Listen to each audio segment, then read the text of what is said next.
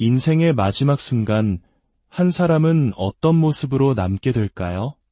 우리는 흔히 죽음 앞에서 인간은 겸손해지고 솔직해지며 오랫동안 묻어두었던 진심을 꺼내 보일 것이라 기대합니다. 그러나 평생을 자기 자신만을 위해 살아온 나르시시스트에게 죽음이 다가올 때 우리가 마주하게 되는 것은 참회나 사랑이 아닌 섬뜩할 정도로 차가운 진실입니다. 오늘 이야기가 우리 주변의 관계를 더 깊이 이해하고 혹시 모를 상처받은 마음을 위로하는데 작은 빛이 되길 바랍니다.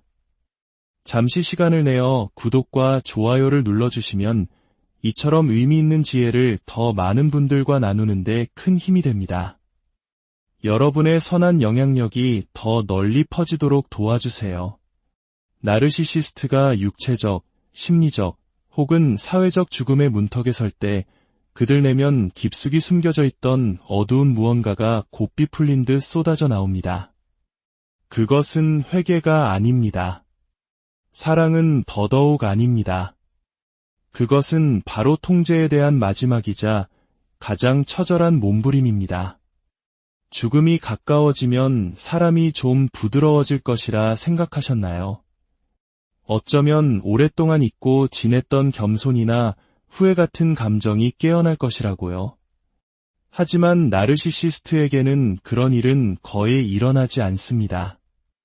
오히려 그 반대 현상이 벌어집니다.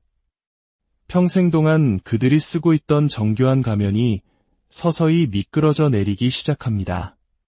한 번에 극적으로 벗겨지는 것이 아니라 매일매일 균열이 깊어지는 것처럼 천천히 그리고 확실하게 말입니다. 그들의 이야기에 앞뒤가 맞지 않기 시작하고 사람들을 휘어잡던 에너지는 눈에 띄게 줄어듭니다.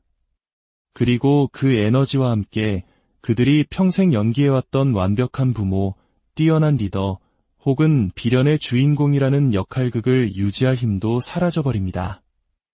이 모든 역할은 철저한 연기였고 연기에는 엄청난 체력이 소모됩니다. 죽음이 문을 두드리는 순간 그 체력은 바닥을 드러냅니다. 그리고 남는 것은 그들이 평생 동안 숨겨왔던 진짜 자기 자신입니다. 그 본 모습은 결코 친절하지도 온전하지도 않으며 진정한 의미의 사랑을 할 능력은 거의 제로에 가깝습니다. 그 안에는 오직 공포와 공허, 그리고 분노만이 가득 차 있습니다. 나르시시스트의 가면이 얼마나 많은 노력으로 유지되는지 아는 사람은 거의 없습니다. 그들의 모든 미소는 계산된 것이었고 모든 칭찬에는 전략이 숨어 있었으며 모든 대화는 상대를 미묘하게 통제하려는 시도였습니다. 그들이 건강하고 힘이 넘칠 때는 이 연기를 계속할 수 있습니다. 매력과 자신감으로 이장한 교묘한 말들로 사람들을 끌어들일 수 있었죠. 하지만 약해지는 순간, 더 이상 환상을 통제할 수 없게 되는 순간 진실이 핏물처럼 배어나오기 시작합니다. 그리고 그 진실은 결코 화려하지 않습니다. 오해받은 천재나 사랑받고 싶어하는 상처 입은 아이 같은 모습이 아닙니다. 그것은 날 것 그대로의 쓰라린 원망, 해결되지 않은 질투, 그리고 세상이 왜 자기 뜻대로 굴복하지 않았는지에 대한 격렬한 분노입니다. 죽음이 가까워질수록 이 그림자 같은 자아는 더욱 선명하게 모습을 드러냅니다. 그들은 평소보다 더 자주 분노를 터뜨리거나 얼음장처럼 차가운 침묵 속으로 숨어버릴 수 있습니다. 때로는 편집증적인 모습을 보이기도 합니다. 주변 사람들이 자신을 음해하고 자신의 업적을 훔치려 하며 명예를 더럽히고 있다고 확신하는 것이죠. 하지만 사실 그들은 그저 통제력을 잃어가고 있을 뿐이며 그들의 마음이 그 현실을 견디지 못하는 것입니다. 이 과정을 옆에서 지켜보는 것은 말할 수 없이 불안하고 고통스러운 일입니다. 당신이 진실이라고 믿었던 많은 것들, 그들의 따뜻함, 조언, 걱정 어린 표정까지도 사실은 길고 긴 환상의 일부였다는 것을 깨닫게 됩니다. 당신은 그들이 연기하던 모습이 아닌 절박하고 텅 비었으며 산산조각난 그들의 진짜 모습을 보게 됩니다. 만약 당신이 그들과 가까운 사이였다면 그 상처는 더욱 깊을 겁니다. 단지 그들이 죽어가고 있기 때문이 아니라 그들의 무너지는 모습 속에서 당신과의 관계 중 진실한 부분이 얼마나 적었는지를 처절하게 확인하게 되기 때문입니다. 죽음은 거울이 됩니다. 그리고 그 거울 속에서 나르시시스트는 사랑이나 유대감, 삶의 의미를 보지 못합니다. 그들은 오직 더 이상 남을 속일 수 없게 되는 자신의 능력의 종말을 볼 뿐입니다. 그리고 그 무엇보다도 그것이 그들을 진정으로 공포에 떨게 만드는 것입니다. 통제는 나르시시스트의 생명수와도 같습니다. 그것은 단순한 선호가 아니라 생존의 필수적인 심리적 필요입니다. 통제 없이는 그들의 정체성이 무너지기 시작합니다. 그래서 질병처럼 서서히 혹은 돌이킬 수 없는 위기처럼 갑작스럽게 죽음이 다가올 때 나르시시스트는 유순해지거나 순응하지 않습니다. 삶의 유한함을 받아들인 사람처럼 평화롭게 놓아주지 않습니다. 오히려 그들은 더욱더 세게집니다. 주변의 모든 것이 무너지고 있음이 명백한 순간에도 그들은 통제에 대한 집착을 2배로 늘립니다. 그 절박함은 그들의 말투, 갑자기 누가 자신을 방문할 수 있는지, 자신에게 어떤 말을 해야 하는지, 공개적으로 자신에 대해 어떻게 이야기해야 하는지를 지시하려는 모습에서 고스란히 느껴집니다. 그들은 자신의 이야기를 다시 쓰기 시작합니다. 진실과 화해하기 위해서가 아니라 자신이 여전히 강력하고 존경받으며 두려움의 대상이라고 사람들에게 각인시키기 위해서입니다. 죽어가는 나르시시스트는 사람들이 자신을 그저 기억해 주길 원하지 않습니다. 그들은 숭배받기를 원합니다. 이 통제력은 자신의 이미지를 넘어 주변 사람들에게까지 뻗어나갑니다. 그들은 죄책감, 의무감, 심지어 동정심까지 이용하여 주변 사람들의 감정을 조종하고 마지막 한 방울의 관심과 충성심까지 짜내려 합니다. 과거에 버렸던 사람들에게 갑자기 연락할 수도 있습니다. 이것은 화해의 손길이 아닙니다. 그들을 다시 자신의 궤도 안으로 끌어들여 자신의 영향력을 마지막으로 한 번 더 확인하려는 행위, 즉 회수에 가깝습니다. 만약 그들이 병상에 누워있거나 다른 사람의 돌봄에 의지하게 되면 주변 공간을 지배하려는 욕구는 더욱 강해집니다. 간호사에게 소리를 지르거나 가족 구성원의 일거수일투족을 간섭하고 사랑하는 사람들 사이에 갈등을 조장해서라도 자신이 여전히 이 방의 중심이라는 느낌을 받으려 합니다. 죽음이 그들에게 겸손을 가져다 줄 것이라는 희망을 놓지 못했던 사람들에게 이 모습은 가슴 찢어지는 광경입니다. 그들이 마주하는 것은 인생의 마지막 장까지도 통제라는 환상을 유지하기 위해 발버둥치는 지독하게 불안한 한 인간일 뿐입니다. 이 모든 것의 밑바닥에는 두려움이 깔려 있습니다. 하지만 대부분의 사람들이 느끼는 죽음에 대한 두려움과는 다릅니다. 나르시시스트는 단순히 죽는 것을 두려워하는 것이 아닙니다. 그들은 아무런 인상도 남기지 못하고 사라지는 것을, 더 이상 중요한 존재가 아니게 되는 것을 두려워합니다. 그들에게 죽음은 끝이 아니라 소멸이며 그것은 참을 수 없는 일입니다. 그래서 그들은 더 세게 밀어붙입니다. 마지막 선언을 고집하고 막판 드라마를 연출하며 심지어 사람들이 서로 싸우는 모습을 지켜보기 위해 이간질하기도 합니다. 이 모든 것은 불이 꺼지기 전 찰나의 권력감과 마지막 존재감을 느끼게 해줄 뿐입니다. 하지만 그것은 힘이 아니라 공황 상태의 발현입니다. 그리고 그들이 평생 숨겨왔던 진실, 즉 그들의 힘은 진정한 유대나 사랑이 아닌 공포와 연기, 지배 위에 세워진 것이었음을 폭로합니다. 이제 죽음의 문턱에서 그 위태로운 기반이 송두리째 무너져 내리고 있는 것입니다. 그럼에도 그들은 부서진 잔해에 매달려 이미 손가락 사이로 빠져나가고 있는 통제력을 붙잡으려 안간힘을 씁니다. 나르시시스트가 인생의 끝, 혹은 영향력의 끝, 또는 그들이 공들여 만든 인격의 끝에 가까워질수록 기이한 일이 벌어지기 시작합니다. 그들은 외부 세계에 대한 통제력을 잃을 뿐만 아니라 자신의 이야기가 어떻게 기억될지에 대해 공황 상태에 빠집니다. 자신이 누구였는지가 아니라 남들에게 어떻게 보일지에 집착하는 것입니다. 이때부터 역사 재창조 작업이 시작됩니다. 정직이나 회개가 아닌 교묘한 조작을 통해서 말입니다. 마지막 순간에도 그들의 본능은 진실을 말하는 것이 아니라 자신에게 더 유리하고 듣기 좋은 이야기로 서사를 재구성하는 것입니다. 그들은 갑자기 자신이 항상 오해받았다고 주장하거나 자신의 잔인함은 사실 엄청난 희생 때문에 정당화될 수 있었다고 말하기 시작합니다. 그들은 자신의 삶을 한 편의 드라마로 만들고 그 안에서 자신은 항상 다른 사람들의 이기심에 희생된 피해자이거나 제대로 인정받지 못한 영웅이 됩니다. 그들에게 상처받은 사람들은 배은망덕하거나 불충실하거나 나약한 존재로 재창조됩니다. 마지막이 가까워질수록 그들은 진실이 아닌 허구의 유산을 확보하기 위해 더욱 필사적으로 움직입니다. 나는 이 가족을 위해 모든 것을 바쳤어 라거나 내가 얼마나 힘들었는지 아무도 모를 거야 와 같은 말을 들을 수 있을 겁니다. 수십 년간의 실제 행동을 완전히 왜곡하거나 무시하는 발언임에도 불구하고 말입니다. 이것은 성찰이 아니라 수정이며 아주 정밀하게 이루어집니다. 그들은 다른 사람들, 특히 더 취약하거나 죄책감을 느끼기 쉬운 사람들의 마음에 의심의 씨앗을 심기 시작합니다.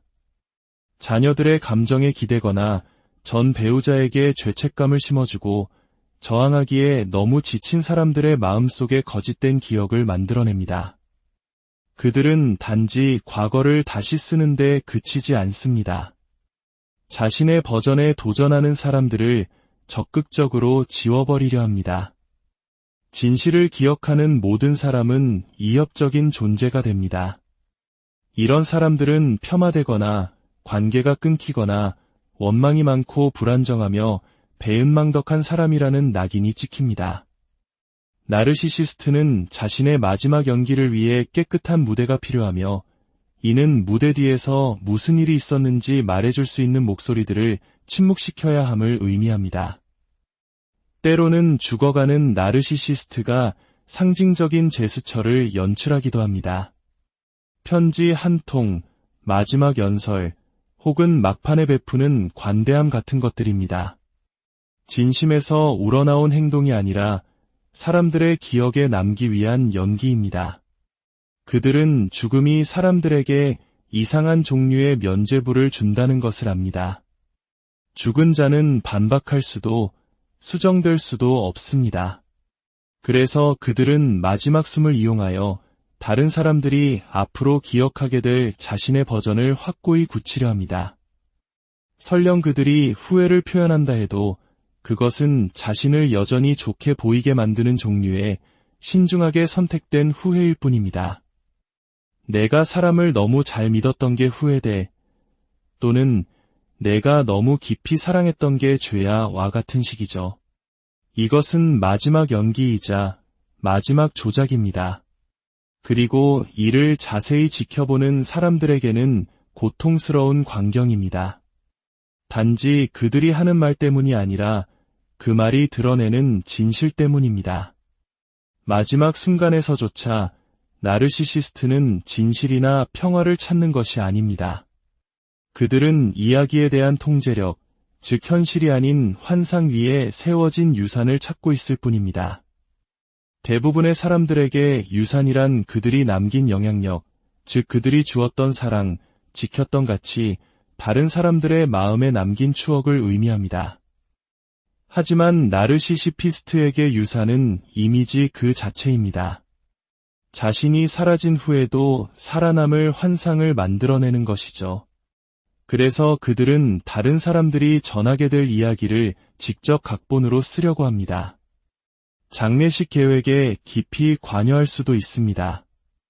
영적이거나 감정적인 의식이 아니라 하나의 거대한 무대로서 말입니다.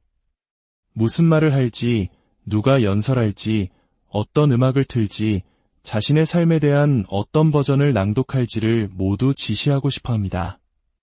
추도사는 이미지 통제를 위한 무기가 되고 그들은 죽어서까지 박수갈채를 원합니다. 어떤 이들은 관대하고 고결하며 현명하게 보이기 위해 유언장을 고치거나 마지막에 극적인 선행을 연출하기도 합니다. 이것은 진정한 관심에서 비롯된 행동이 아니라 전략입니다. 그들은 잔인했을 때조차도 모든 것을 지탱했던 사람, 희생했던 사람, 좋은 의도를 가졌던 사람으로 기억되길 원합니다. 만약 사랑받을 수 없다면 그들은 두려움의 대상으로 남는 것에 만족할 것입니다. 감히 건드리지 못할 사람으로 기억되도록 만들 것입니다. 그들은 자신의 삶을 마치 영화처럼 이야기하며 성공은 부각하고 고통은 과장하며 자신이 끼친 해악은 축소합니다.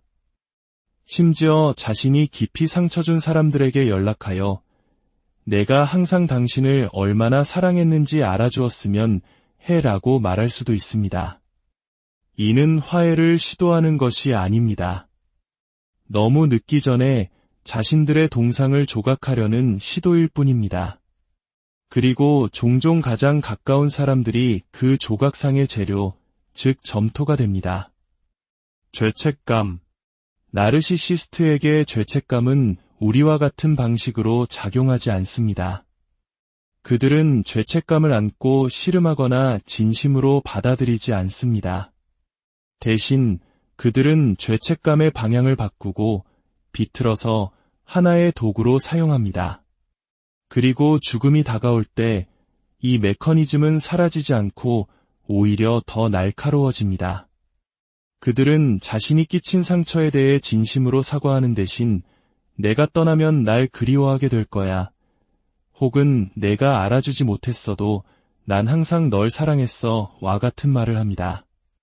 이것은 화해가 아닙니다. 당신 자신의 고통을 의심하게 만들고 그들을 오해받은 영웅으로 당신을 그들을 알아보지 못한 사람으로 만드는 교묘하게 설계된 덫입니다. 어쩌면 당신은 사람들이 나를 좀 더 잘 대해줬더라면 좋았을 텐데, 혹은 내가 그렇게 냉담하게 굴었던 것에 대한 죄책감을 안고 살지 않기를 바라 와 같은 말을 들을지도 모릅니다. 이것은 순수한 말이 아니라 무기입니다. 취약함으로 위장한 역공이며 듣는 사람의 마음을 황폐하게 만듭니다. 만약 당신이 이런 마지막을 목격했다면 그것은 당신의 실패가 아닙니다. 그것은 당신의 사랑이 부족했기 때문도 당신이 더 노력하지 않았기 때문도 아닙니다. 당신은 그저 평생 동안 진실한 연결을 갈망하기보다는 통제와 이미지를 선택한 한 사람의 마지막 연극을 본 것뿐입니다. 그들의 비극은 그들이 죽는다는 사실이 아니라 죽는 순간까지도 진정으로 사는 법을 배우지 못했다는 데 있습니다. 이제 그들의 무대에서 내려와 당신 자신의 진실한 삶을 살아가야 할 시간입니다.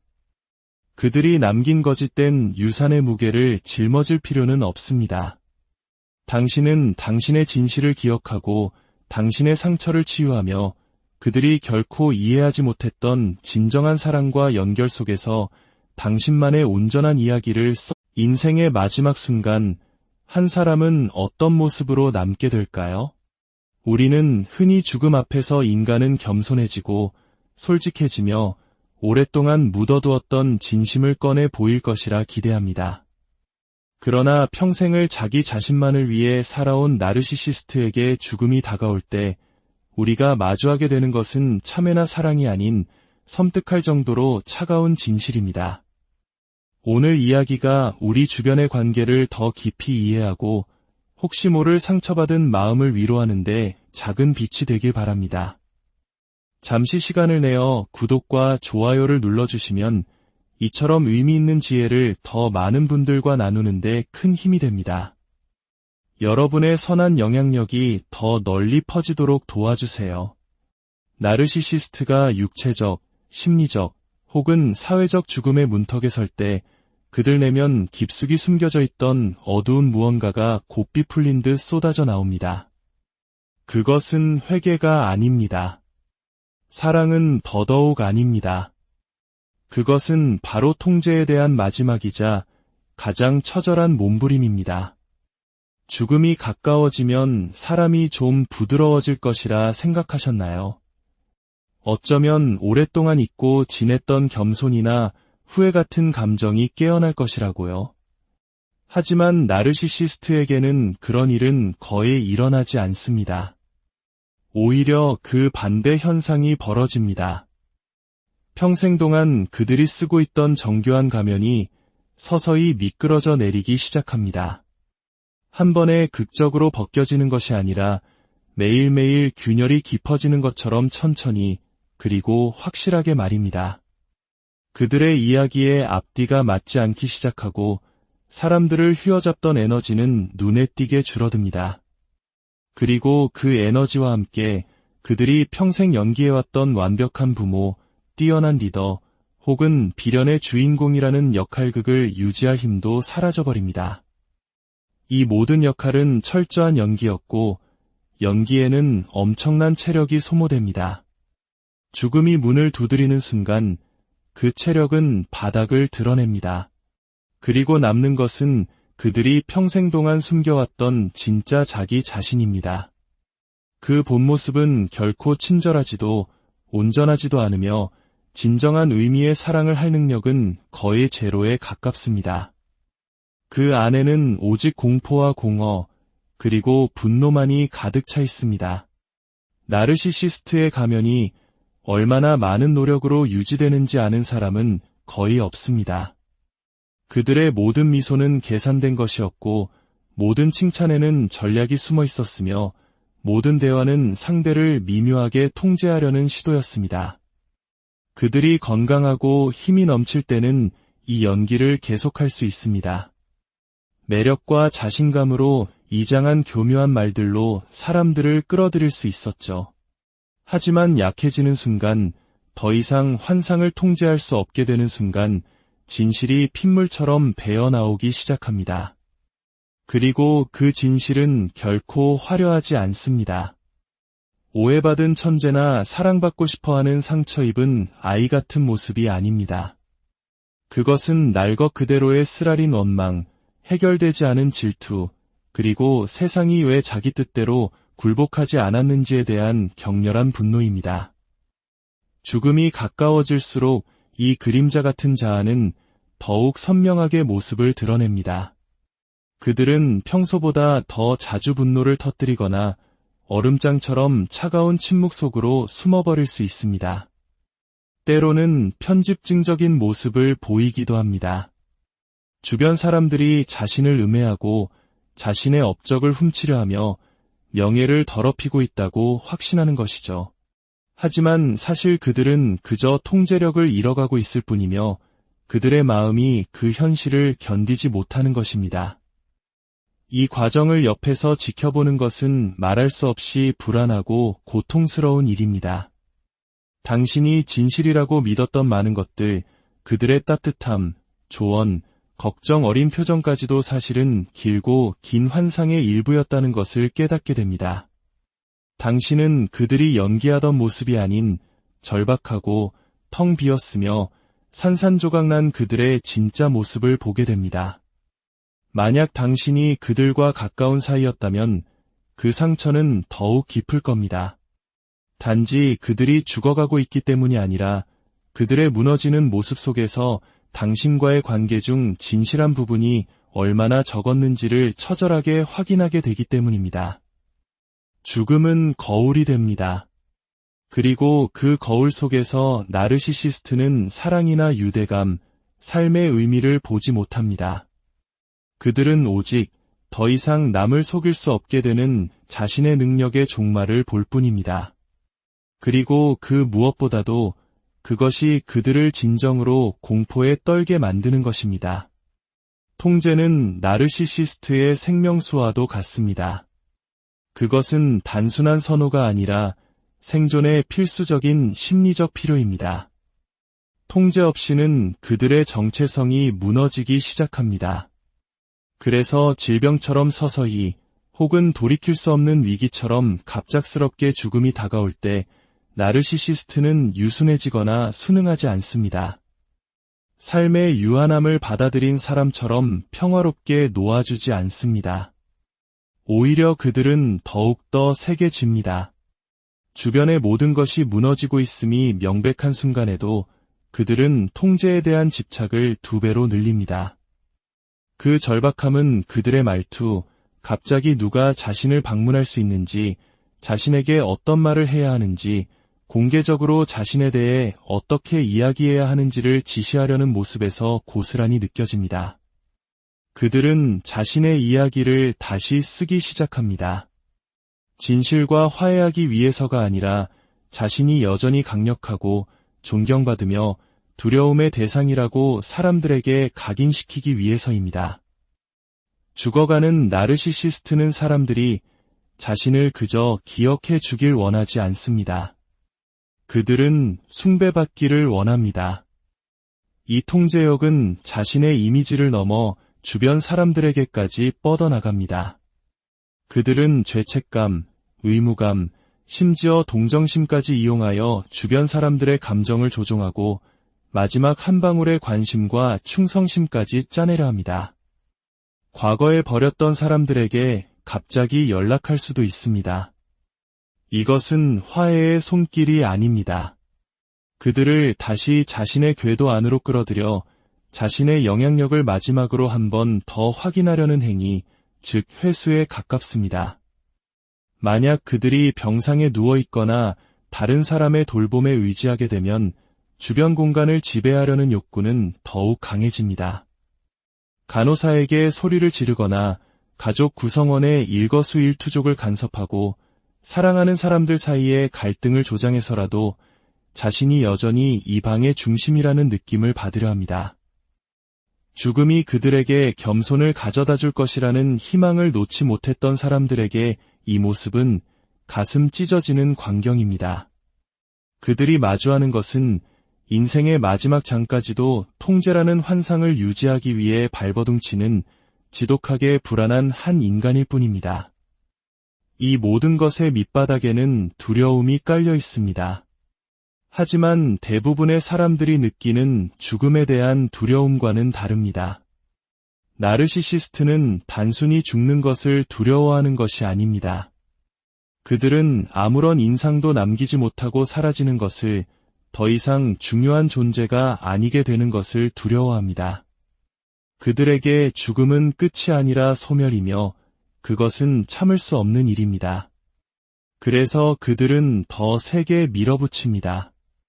마지막 선언을 고집하고 막판 드라마를 연출하며 심지어 사람들이 서로 싸우는 모습을 지켜보기 위해 이간질하기도 합니다.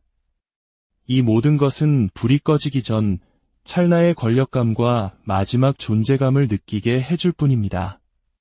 하지만 그것은 힘이 아니라 공황 상태의 발현입니다. 그리고 그들이 평생 숨겨왔던 진실, 즉 그들의 힘은 진정한 유대나 사랑이 아닌 공포와 연기, 지배 위에 세워진 것이었음을 폭로합니다. 이제 죽음의 문턱에서 그 위태로운 기반이 송두리째 무너져 내리고 있는 것입니다.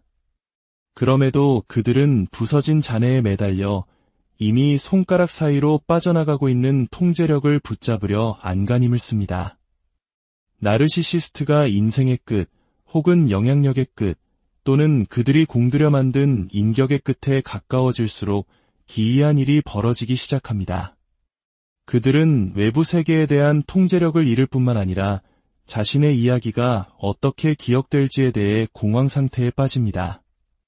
자신이 누구였는지가 아니라 남들에게 어떻게 보일지에 집착하는 것입니다. 이때부터 역사 재창조 작업이 시작됩니다. 정직이나 회개가 아닌 교묘한 조작을 통해서 말입니다.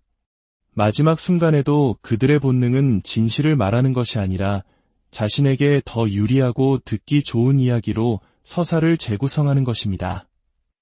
그들은 갑자기 자신이 항상 오해받았다고 주장하거나 자신의 잔인함은 사실 엄청난 희생 때문에 정당화될 수 있었다고 말하기 시작합니다. 그들은 자신의 삶을 한 편의 드라마로 만들고 그 안에서 자신은 항상 다른 사람들의 이기심에 희생된 피해자이거나 제대로 인정받지 못한 영웅이 됩니다. 그들에게 상처받은 사람들은 배은망덕하거나 불충실하거나 나약한 존재로 재창조됩니다. 마지막이 가까워질수록 그들은 진실이 아닌 허구의 유산을 확보하기 위해 더욱 필사적으로 움직입니다. 나는 이 가족을 위해 모든 것을 바쳤어 라거나 내가 얼마나 힘들었는지 아무도 모를 거야 와 같은 말을 들을 수 있을 겁니다. 수십 년간의 실제 행동을 완전히 왜곡하거나 무시하는 발언임에도 불구하고 말입니다. 이것은 성찰이 아니라 수정이며 아주 정밀하게 이루어집니다. 그들은 다른 사람들, 특히 더 취약하거나 죄책감을 느끼기 쉬운 사람들의 마음에 의심의 씨앗을 심기 시작합니다. 자녀들의 감정에 기대거나 전 배우자에게 죄책감을 심어주고 저항하기에 너무 지친 사람들의 마음속에 거짓된 기억을 만들어냅니다. 그들은 단지 과거를 다시 쓰는데 그치지 않습니다. 자신의 버전에 도전하는 사람들을 적극적으로 지워버리려 합니다. 진실을 기억하는 모든 사람은 이협적인 존재가 됩니다. 이런 사람들은 폄하되거나 관계가 끊기거나 원망이 많고 불안정하며 배은망덕한 사람이라는 낙인이 찍힙니다. 나르시시스트는 자신의 마지막 연기를 위해 깨끗한 무대가 필요하며 이는 무대 뒤에서 무슨 일이 있었는지 말해줄 수 있는 목소리들을 침묵시켜야 함을 의미합니다. 때로는 죽어가는 나르시시스트가 상징적인 제스처를 연출하기도 합니다. 편지 한 통, 마지막 연설, 혹은 막판에 베푸는 관대함 같은 것들입니다. 진심에서 우러나온 행동이 아니라 사람들의 기억에 남기 위한 연기입니다. 그들은 죽음이 사람들에게 이상한 종류의 면죄부를 준다는 것을 압니다. 죽은 자는 반박할 수도 수정될 수도 없습니다. 그래서 그들은 마지막 숨을 이용하여 다른 사람들이 앞으로 기억하게 될 자신의 버전을 확고히 굳히려 합니다. 설령 그들이 후회를 표현한다 해도 그것은 자신을 여전히 좋게 보이게 만드는 종류의 신중하게 선택된 후회일 뿐입니다. 내가 사람을 너무 잘 믿었던 게 후회돼 또는 내가 너무 깊이 사랑했던 게 죄야 와 같은 식이죠. 이것은 마지막 연기이자 마지막 조작입니다. 그리고 이를 자세히 지켜보는 사람들에게는 고통스러운 광경입니다. 단지 그들이 하는 말 때문이 아니라 그 말이 드러내는 진실 때문입니다. 마지막 순간에서조차 나르시시스트는 진실이나 평화를 찾는 것이 아닙니다. 그들은 이야기에 대한 통제력, 즉 현실이 아닌 환상 위에 세워진 유산을 찾고 있을 뿐입니다. 대부분의 사람들에게 유산이란 그들이 남긴 영향력, 즉 그들이 주었던 사랑, 지켰던 가치, 다른 사람들의 마음에 남긴 추억을 의미합니다. 하지만 나르시시피스트에게 유산은 이미지 그 자체입니다. 자신이 사라진 후에도 살아남을 환상을 만들어내는 것이죠. 그래서 그들은 다른 사람들이 전하게 될 이야기를 직접 각본으로 쓰려고 합니다. 장례식 계획에 깊이 관여할 수도 있습니다. 영적이거나 감정적인 의식이 아니라 하나의 거대한 무대로서 말입니다. 무슨 말을 할지, 누가 연설할지, 어떤 음악을 틀지, 자신의 삶에 대한 어떤 버전을 낭독할지를 모두 지시하고 싶어 합니다. 추도사는 이미지 통제를 위한 무기가 되고 그들은 죽어서까지 박수갈채를 원합니다. 어떤 이들은 관대하고 고결하며 현명하게 보이기 위해 유언장을 고치거나 마지막에 극적인 선행을 연출하기도 합니다. 이것은 진정한 관심에서 비롯된 행동이 아니라 전략입니다. 그들은 잔인했을 때조차도 모든 것을 지탱했던 사람, 희생했던 사람, 좋은 의도를 가졌던 사람으로 기억되길 원합니다. 만약 사랑받을 수 없다면 그들은 두려움의 대상으로 남는 것에 만족할 것입니다. 감히 건드리지 못할 사람으로 기억되도록 만들 것입니다. 그들은 자신의 삶을 마치 영화처럼 이야기하며 성공은 부각하고 고통은 과장하며 자신이 끼친 해악은 축소합니다. 심지어 자신이 깊이 상처 준 사람들에게 연락하여 내가 항상 당신을 얼마나 사랑했는지 알아주었으면 해라고 말할 수도 있습니다. 이는 화해를 시도하는 것이 아닙니다. 너무 늦기 전에 자신들의 동상을 조각하려는 시도일 뿐입니다. 그리고 종종 가장 가까운 사람들이 그 조각상의 재료, 즉 점토가 됩니다. 죄책감. 나르시시스트에게 죄책감은 우리와 같은 방식으로 작용하지 않습니다. 그들은 죄책감을 안고 씨름하거나 진심으로 받아들이지 않습니다. 대신 그들은 죄책감의 방향을 바꾸고 비틀어서 하나의 도구로 사용합니다. 그리고 죽음이 다가올 때 이 메커니즘은 사라지지 않고 오히려 더 날카로워집니다. 그들은 자신이 끼친 상처에 대해 진심으로 사과하는 대신 내가 떠나면 날 그리워하게 될 거야. 혹은 내가 알아주지 못했어도 난 항상 널 사랑했어 와 같은 말을 합니다. 이것은 화해가 아닙니다. 당신 자신의 고통을 의심하게 만들고 그들을 오해받은 영웅으로 당신을 그들을 알아보지 못한 사람으로 만드는 교묘하게 설계된 덫입니다. 어쩌면 당신은 사람들이 나를 좀 더 잘 대해줬더라면 좋았을 텐데, 혹은 내가 그렇게 냉담하게 굴었던 것에 대한 죄책감을 안고 살지 않기를 바라 와 같은 말을 들을지도 모릅니다. 이것은 순수한 말이 아니라 무기입니다. 취약함으로 위장한 역공이며 듣는 사람의 마음을 황폐하게 만듭니다. 만약 당신이 이런 마지막을 목격했다면 그것은 당신의 실패가 아닙니다. 그것은 당신의 사랑이 부족했기 때문도 당신이 더 노력하지 않았기 때문도 아닙니다. 당신은 그저 평생 동안 진실한 연결을 갈망하기보다는 통제와 이미지를 선택한 한 사람의 마지막 연극을 본 것뿐입니다. 그들의 비극은 그들이 죽는다는 사실이 아니라 죽는 순간까지도 진정으로 사는 법을 배우지 못했다는 데 있습니다. 이제 그들의 무대에서 내려와 당신 자신의 진실한 삶을 살아가야 할 시간입니다. 그들이 남긴 거짓된 유산의 무게를 짊어질 필요는 없습니다.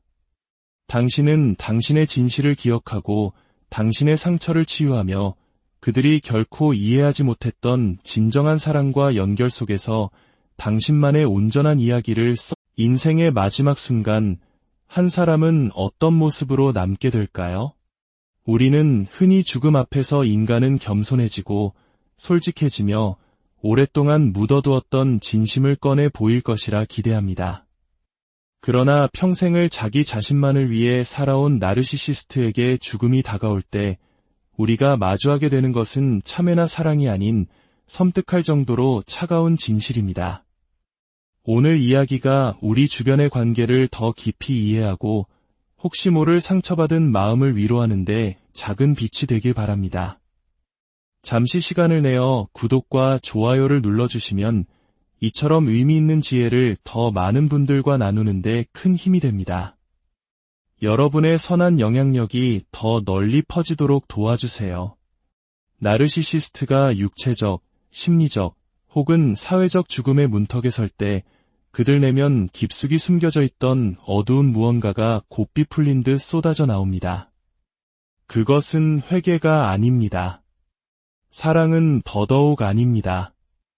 그것은 바로 통제에 대한 마지막이자 가장 처절한 몸부림입니다.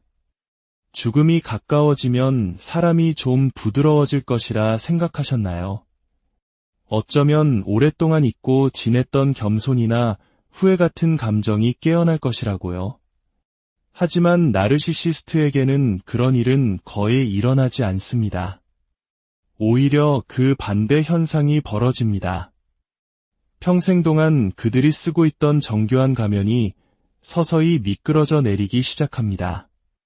한 번에 극적으로 벗겨지는 것이 아니라 매일매일 균열이 깊어지는 것처럼 천천히 그리고 확실하게 말입니다. 그들의 이야기에 앞뒤가 맞지 않기 시작하고 사람들을 휘어잡던 에너지는 눈에 띄게 줄어듭니다. 그리고 그 에너지와 함께 그들이 평생 연기해왔던 완벽한 부모, 뛰어난 리더, 혹은 비련의 주인공이라는 역할극을 유지할 힘도 사라져버립니다. 이 모든 역할은 철저한 연기였고 연기에는 엄청난 체력이 소모됩니다. 죽음이 문을 두드리는 순간 그 체력은 바닥을 드러냅니다. 그리고 남는 것은 그들이 평생 동안 숨겨왔던 진짜 자기 자신입니다. 그 본 모습은 결코 친절하지도 온전하지도 않으며 진정한 의미의 사랑을 할 능력은 거의 제로에 가깝습니다. 그 안에는 오직 공포와 공허, 그리고 분노만이 가득 차 있습니다. 나르시시스트의 가면이 얼마나 많은 노력으로 유지되는지 아는 사람은 거의 없습니다. 그들의 모든 미소는 계산된 것이었고 모든 칭찬에는 전략이 숨어 있었으며 모든 대화는 상대를 미묘하게 통제하려는 시도였습니다. 그들이 건강하고 힘이 넘칠 때는 이 연기를 계속할 수 있습니다. 매력과 자신감으로 이장한 교묘한 말들로 사람들을 끌어들일 수 있었죠. 하지만 약해지는 순간, 더 이상 환상을 통제할 수 없게 되는 순간 진실이 핏물처럼 배어나오기 시작합니다. 그리고 그 진실은 결코 화려하지 않습니다. 오해받은 천재나 사랑받고 싶어하는 상처 입은 아이 같은 모습이 아닙니다.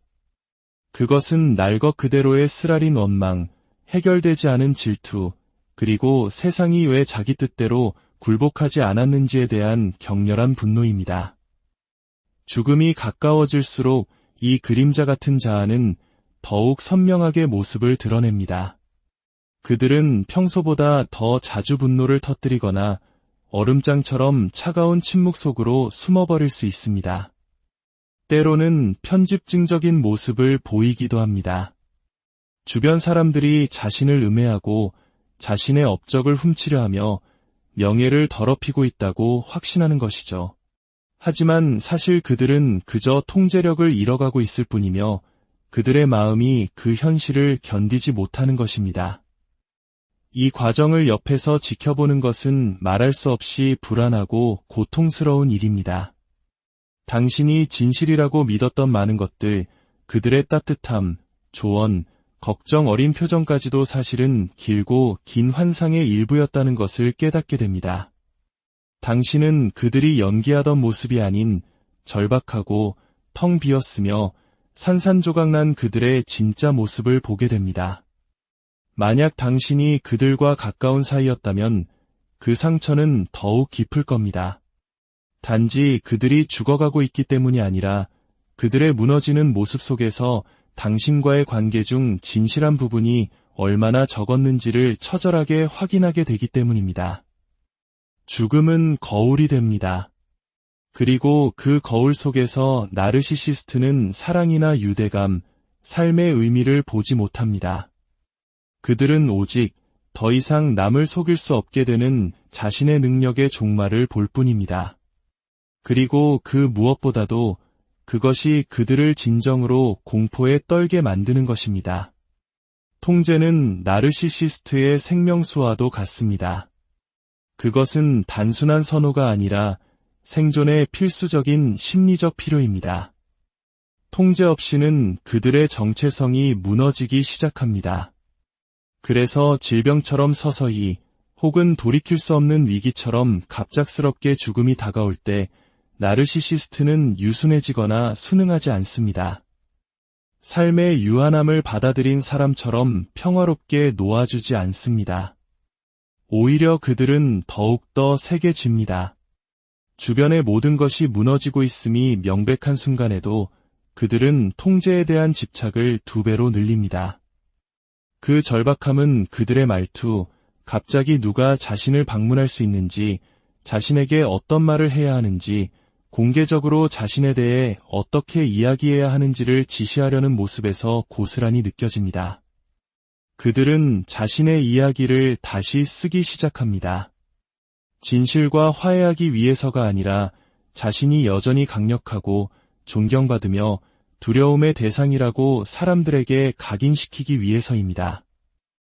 죽어가는 나르시시스트는 사람들이 자신을 그저 기억해 주길 원하지 않습니다.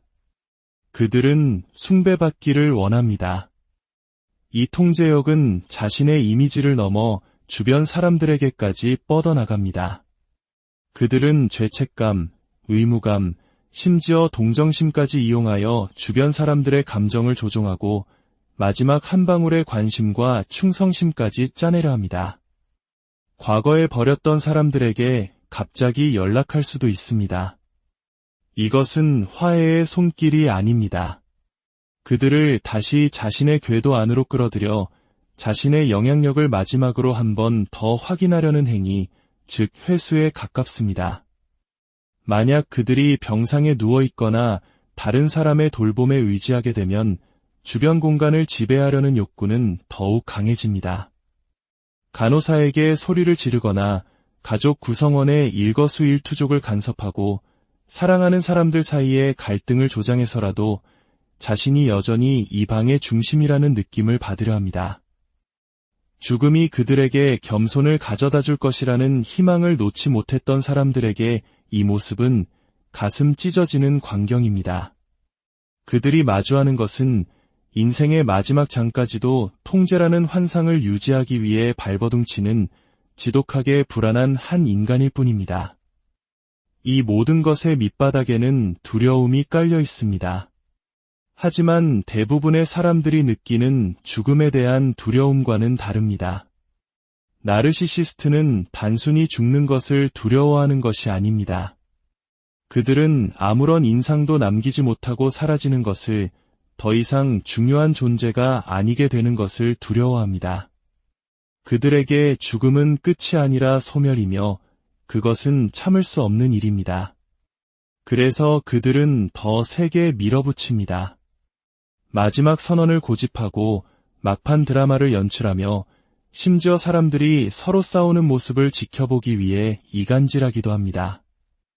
이 모든 것은 불이 꺼지기 전 찰나의 권력감과 마지막 존재감을 느끼게 해줄 뿐입니다. 하지만 그것은 힘이 아니라 공황 상태의 발현입니다. 그리고 그들이 평생 숨겨왔던 진실, 즉 그들의 힘은 진정한 유대나 사랑이 아닌 공포와 연기, 지배 위에 세워진 것이었음을 폭로합니다. 이제 죽음의 문턱에서 그 위태로운 기반이 송두리째 무너져 내리고 있는 것입니다. 그럼에도 그들은 부서진 잔해에 매달려 이미 손가락 사이로 빠져나가고 있는 통제력을 붙잡으려 안간힘을 씁니다. 나르시시스트가 인생의 끝, 혹은 영향력의 끝, 또는 그들이 공들여 만든 인격의 끝에 가까워질수록 기이한 일이 벌어지기 시작합니다. 그들은 외부 세계에 대한 통제력을 잃을 뿐만 아니라 자신의 이야기가 어떻게 기억될지에 대해 공황 상태에 빠집니다. 자신이 누구였는지가 아니라 남들에게 어떻게 보일지에 집착하는 것입니다. 이때부터 역사 재창조 작업이 시작됩니다. 정직이나 회개가 아닌 교묘한 조작을 통해서 말입니다. 마지막 순간에도 그들의 본능은 진실을 말하는 것이 아니라 자신에게 더 유리하고 듣기 좋은 이야기로 서사를 재구성하는 것입니다. 그들은 갑자기 자신이 항상 오해받았다고 주장하거나 자신의 잔인함은 사실 엄청난 희생 때문에 정당화될 수 있었다고 말하기 시작합니다. 그들은 자신의 삶을 한 편의 드라마로 만들고 그 안에서 자신은 항상 다른 사람들의 이기심에 희생된 피해자이거나 제대로 인정받지 못한 영웅이 됩니다. 그들에게 상처받은 사람들은 배은망덕하거나 불충실하거나 나약한 존재로 재창조됩니다. 마지막이 가까워질수록 그들은 진실이 아닌 허구의 유산을 확보하기 위해 더욱 필사적으로 움직입니다. 나는 이 가족을 위해 모든 것을 바쳤어 라거나 내가 얼마나 힘들었는지 아무도 모를 거야 와 같은 말을 들을 수 있을 겁니다. 수십 년간의 실제 행동을 완전히 왜곡하거나 무시하는 발언임에도 불구하고 말입니다. 이것은 성찰이 아니라 수정이며 아주 정밀하게 이루어집니다. 그들은 다른 사람들, 특히 더 취약하거나 죄책감을 느끼기 쉬운 사람들의 마음에 의심의 씨앗을 심기 시작합니다. 자녀들의 감정에 기대거나 전 배우자에게 죄책감을 심어주고 저항하기에 너무 지친 사람들의 마음속에 거짓된 기억을 만들어냅니다. 그들은 단지 과거를 다시 쓰는데 그치지 않습니다. 자신의 버전에 도전하는 사람들을 적극적으로 지워버리려 합니다. 진실을 기억하는 모든 사람은 이협적인 존재가 됩니다. 이런 사람들은 폄하되거나 관계가 끊기거나 원망이 많고 불안정하며 배은망덕한 사람이라는 낙인이 찍힙니다. 나르시시스트는 자신의 마지막 연기를 위해 깨끗한 무대가 필요하며 이는 무대 뒤에서 무슨 일이 있었는지 말해줄 수 있는 목소리들을 침묵시켜야 함을 의미합니다. 때로는 죽어가는 나르시시스트가 상징적인 제스처를 연출하기도 합니다. 편지 한 통, 마지막 연설, 혹은 막판에 베푸는 관대함 같은 것들입니다. 진심에서 우러나온 행동이 아니라 사람들의 기억에 남기 위한 연기입니다. 그들은 죽음이 사람들에게 이상한 종류의 면죄부를 준다는 것을 압니다. 죽은 자는 반박할 수도 수정될 수도 없습니다. 그래서 그들은 마지막 숨을 이용하여 다른 사람들이 앞으로 기억하게 될 자신의 버전을 확고히 굳히려 합니다. 설령 그들이 후회를 표현한다 해도 그것은 자신을 여전히 좋게 보이게 만드는 종류의 신중하게 선택된 후회일 뿐입니다. 내가 사람을 너무 잘 믿었던 게 후회돼, 또는 내가 너무 깊이 사랑했던 게 죄야와 같은 식이죠. 이것은 마지막 연기이자 마지막 조작입니다. 그리고 이를 자세히 지켜보는 사람들에게는 고통스러운 광경입니다. 단지 그들이 하는 말 때문이 아니라 그 말이 드러내는 진실 때문입니다. 마지막 순간에서조차 나르시시스트는 진실이나 평화를 찾는 것이 아닙니다. 그들은 이야기에 대한 통제력, 즉 현실이 아닌 환상 위에 세워진 유산을 찾고 있을 뿐입니다. 대부분의 사람들에게 유산이란 그들이 남긴 영향력, 즉 그들이 주었던 사랑, 지켰던 가치, 다른 사람들의 마음에 남긴 추억을 의미합니다. 하지만 나르시시피스트에게 유산은 이미지 그 자체입니다. 자신이 사라진 후에도 살아남을 환상을 만들어내는 것이죠. 그래서 그들은 다른 사람들이 전하게 될 이야기를 직접 각본으로 쓰려고 합니다. 장례식 계획에 깊이 관여할 수도 있습니다. 영적이거나 감정적인 의식이 아니라 하나의 거대한 무대로서 말입니다. 무슨 말을 할지, 누가 연설할지, 어떤 음악을 틀지, 자신의 삶에 대한 어떤 버전을 낭독할지를 모두 지시하고 싶어 합니다. 추도사는 이미지 통제를 위한 무기가 되고 그들은 죽어서까지 박수갈채를 원합니다.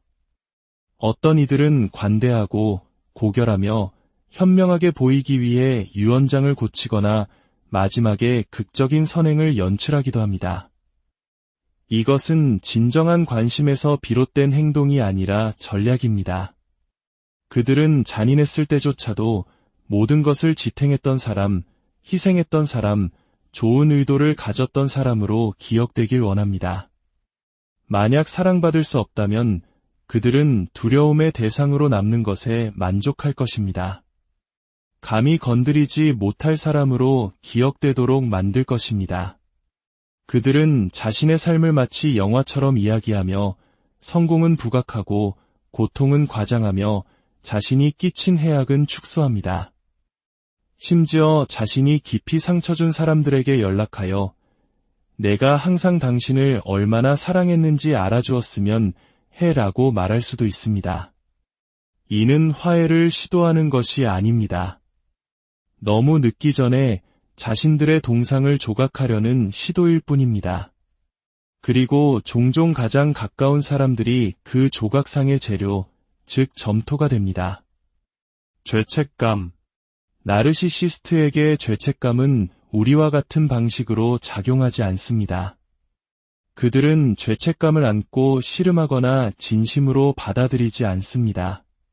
대신 그들은 죄책감의 방향을 바꾸고 비틀어서 하나의 도구로 사용합니다. 그리고 죽음이 다가올 때 이 메커니즘은 사라지지 않고 오히려 더 날카로워집니다. 그들은 자신이 끼친 상처에 대해 진심으로 사과하는 대신 내가 떠나면 날 그리워하게 될 거야. 혹은 내가 알아주지 못했어도 난 항상 널 사랑했어 와 같은 말을 합니다. 이것은 화해가 아닙니다. 당신 자신의 고통을 의심하게 만들고 그들을 오해받은 영웅으로 당신을 그들을 알아보지 못한 사람으로 만드는 교묘하게 설계된 덫입니다. 어쩌면 당신은 사람들이 나를 좀 더 잘 대해줬더라면 좋았을 텐데, 혹은 내가 그렇게 냉담하게 굴었던 것에 대한 죄책감을 안고 살지 않기를 바라 와 같은 말을 들을지도 모릅니다. 이것은 순수한 말이 아니라 무기입니다. 취약함으로 위장한 역공이며 듣는 사람의 마음을 황폐하게 만듭니다. 만약 당신이 이런 마지막을 목격했다면 그것은 당신의 실패가 아닙니다. 그것은 당신의 사랑이 부족했기 때문도 당신이 더 노력하지 않았기 때문도 아닙니다.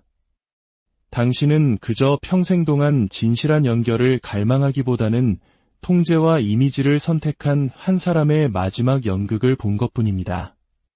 그들의 비극은 그들이 죽는다는 사실이 아니라 죽는 순간까지도 진정으로 사는 법을 배우지 못했다는 데 있습니다. 이제 그들의 무대에서 내려와 당신 자신의 진실한 삶을 살아가야 할 시간입니다. 그들이 남긴 거짓된 유산의 무게를 짊어질 필요는 없습니다. 당신은 당신의 진실을 기억하고 당신의 상처를 치유하며 그들이 결코 이해하지 못했던 진정한 사랑과 연결 속에서 당신만의 온전한 이야기를 인생의 마지막 순간 한 사람은 어떤 모습으로 남게 될까요? 우리는 흔히 죽음 앞에서 인간은 겸손해지고 솔직해지며 오랫동안 묻어두었던 진심을 꺼내 보일 것이라 기대합니다. 그러나 평생을 자기 자신만을 위해 살아온 나르시시스트에게 죽음이 다가올 때 우리가 마주하게 되는 것은 참회나 사랑이 아닌 섬뜩할 정도로 차가운 진실입니다. 오늘 이야기가 우리 주변의 관계를 더 깊이 이해하고 혹시 모를 상처받은 마음을 위로하는데 작은 빛이 되길 바랍니다. 잠시 시간을 내어 구독과 좋아요를 눌러주시면 이처럼 의미 있는 지혜를 더 많은 분들과 나누는데 큰 힘이 됩니다. 여러분의 선한 영향력이 더 널리 퍼지도록 도와주세요.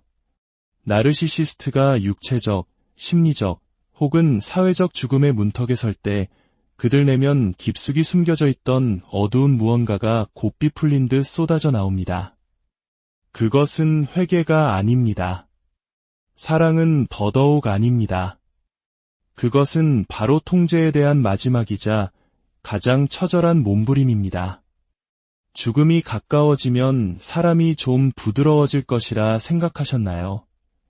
어쩌면 오랫동안 잊고 지냈던 겸손이나 후회 같은 감정이 깨어날 것이라고요. 하지만 나르시시스트에게는 그런 일은 거의 일어나지 않습니다.